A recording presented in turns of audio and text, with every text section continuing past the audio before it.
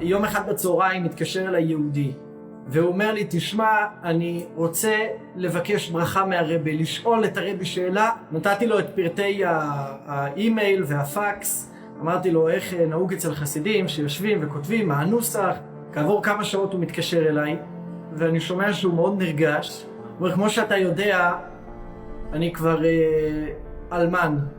הכרתי מישהי ולא ידעתי האם זה נכון לקחת את זה צעד קדימה ולסגור ולהתחתן, וכתבתי לרבי. בתוך זמן קצר מאוד, ממש כמה דקות אחרי ששלחתי את האימייל, אני מקבל הודעת מייל מגיסי. הוא לא, ממש לא חבדניק. כותב לו, בהשגחה פרטית התגלגל לידיי מכתב מעניין מהרבי מלובביץ', אז אני שולח לך אותו, חשבתי שתהנה לראות את זה. המכתב זה הנוסח שהרבי היה כותב קבוע לחתנים וכלות, לחופתם, והוא מקריא לי את המכתב של הרבי בטלפון, והוא ממש נחנק מבכי, והוא אומר, אתה שומע, זה הרבי שלח לי ברכה לחתונה, הרבי שלח לי ברכה בחתונה, באמת היה מרוגש מאוד, והייתה התרגשות גדולה, ולי באופן אישי גם הייתה שמחה מאוד גדולה לזכות להיות האיש, השליח שלו, שנמצא בינו לבין יהודי, שמבקש להתקשר אליו. At that time I had 3 small children and my wife was expecting our 4th child. And I had to look for a job. I finally found a job in Muncie, New York. And the day that I came up to sign my contract, they surprised me and told me that they're thinking about and they're not sure that they're going to be able to offer me employment. And I immediately called my wife and I told her that we have to go to the oil. The Rebbe should give us a bracha. We wrote a long letter to the Rebbe and we asked the Rebbe to give us a bracha that we should be able to find the right way and the right path that things would reveal to us. When we walked into the aisle, I just started reading Minor Lashon when I got a phone call from a number that I didn't recognize. So my wife told me, why don't you call them back? So I called them back and it turned out that it was one of the doctors that I had met with earlier in that day who called to tell me that after I left they had reconsidered and they are going to offer me the contract and everything was going to work out. And we saw clearly that within a few minutes even, that the sign that we asked that the Rebbe's bracha should be fulfilled, we were able to see with our own eyes and see it right away. 6 years ago, we were fortunate to come down to Jamaica to see the possibility to open a Bet Chabad here or not.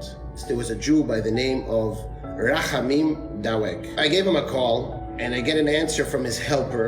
Raymond had a mini stroke last night. Please come to the hospital. Of course, we put tefillin. The only words he was able to say was Shema Yisrael. Now, we had to make the decision. So my wife and I, we picked a Sunday.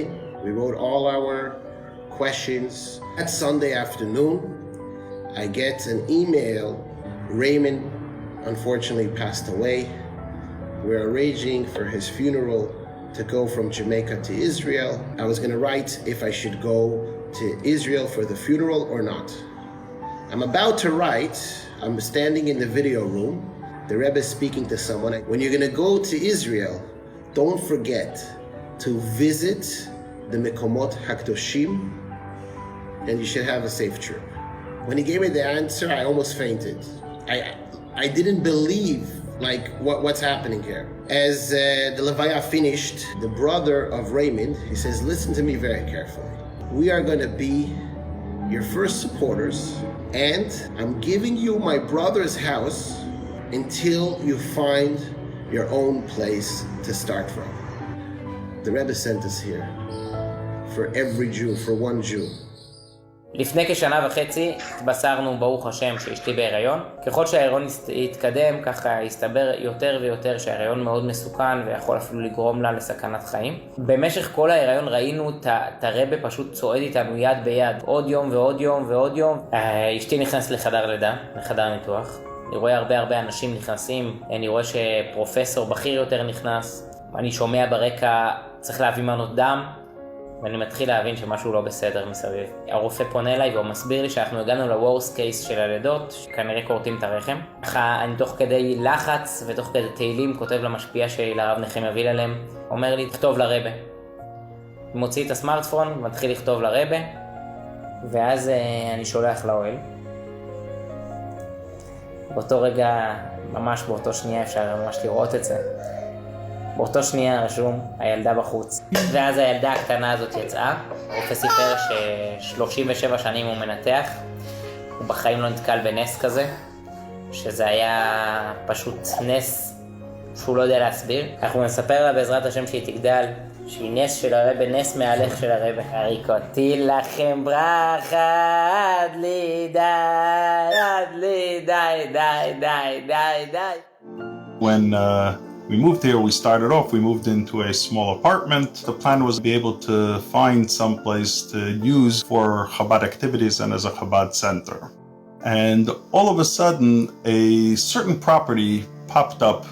The only problem was that we weren't sure the neighborhood was right. So I went to the oil and I wrote a letter. So that was basically the gist of my note, that it's going to be close to 13 years that we're here. Show me a siman momaila, somehow, ha'im zenachin.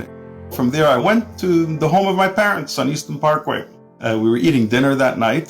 All of a sudden, my father jumps up from the table and he goes upstairs and he comes down with an envelope and he gives me an answer that he got from the Rebbe.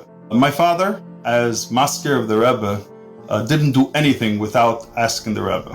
The opening of this zettel and the closing of this zettel is exactly what I wrote on my zettel. The timing for him to find that zettel and to give it to me that time, that was the siman momaila that I was looking for. And it's really been a great success and a great bracha. And it's just a reminder that we should be able to see with Einei Basar how the Rebbe is living with us each and every day of our lives and each and every action that we do. מטען החבלה שהתפוצץ הבוקר פגע קשות בסרן שילה. יש לו פגיעות בגפיים העליונות ובפנים, נשקפת סכנה לחייו. טסתי משלחת של חב"ד, של מצויני צה"ל. באותה תקופה כל חיי התרכזו בזה, האם אני אצליח במידה כזאת או אחרת להזיז טיפה את הזרוע הימנית שלי, שעד אז לא יכלתי להזיז אותה לחלוטין. ואני זוכר שביום השלישי נסענו לציון קברו של הרבי, לאוהל. כל אחד קיבל לקרוא פרק של הגיל שלו, ככה בהגיגי נפש, אומר לעצמי, במידה ואני אצליח לאתר את המילה יד לפחות פעם אחת, אז אני בעזרת השם מצליח להזיז את האצבעות. ואין אפילו פעם אחת את המילה יד, ואני ככה מתכנס בתוך עצמי, ואני זוכר שהרב קוטנר ככה ראה אותי ממש בזווית העין, וסיפרתי לו, האמת שעוד כמה ימים יש לי בדיוק יום הולדת, אני בן 25. אז הוא שואל אותי מתי, אז אמרתי לו, יום שלישי הבא, ב10 למאי. ואז הוא שואל אותי מה התאריך העברי שלך. אני אומר לו, כ"ג באייר. הוא אומר לי, אוקיי, כ"ג באייר זה היום. נכנסנו לאוהל ואני פותח פרק כ"ו וקורא, ואני מזהה את המילה יד ואת המילה ימינו, ויצאתי ככה עם הרבה מאוד אנרגיות, ואני יכול לשתף אתכם שאחרי עוד חודש וחצי הצלחתי להזיז בפעם הראשונה כמה אצבעות, ובשבילי אז להזיז אצבעות זה היה לכבוש את האברסט. ואני זוכר את הסיפור הזה כאיזשהו משהו שבאמת הזין אותי בהמון המון אמונה שדברים טובים יכולים לקרות. לחיות עם הרבא זה לדעת שהרבא נמצא פה כל רגע ורגע, בכל צעד וצעד, בכל עסקה ועסקה שאתה סוגר ביום יום, בכל תפילה ובכל הידור מצווה או הנהגה. לחיות עם הרבא להבין שכל דבר שבעולם יש, אתה מקבל את הברכה ואתה יונק בעצם מנשיא הדור. This was how the Rebbe literally showed me love from a father to a son to show me the right path. Where is my mission in life? Even in these hard times, the Rebbe is with us, and the Rebbe is guiding us. The Rebbe is my guide in how to understand Hashem and how to properly be a Yid and how to raise a family, how to interact with other people, how to properly be a doctor. The Rebbe is important and involved and central to all of those things. יש תחושה של חסר מאוד גדול. געגועים הם מתוך מה שמספרים לנו ולא מתוך מה שחווינו. ברגע שמגיע כזה סיפור, זה מתנה מאוד גדולה. זה בעצם, הרבי אומר לי, הנה, יהודי קיבל ממני ברכה, וזה היה, היית מעורב בסיפור הזה, זה, השליחות שלך מצליחה. יהודים מתקשרים איתי, ואתה, יש לך חלק בזה.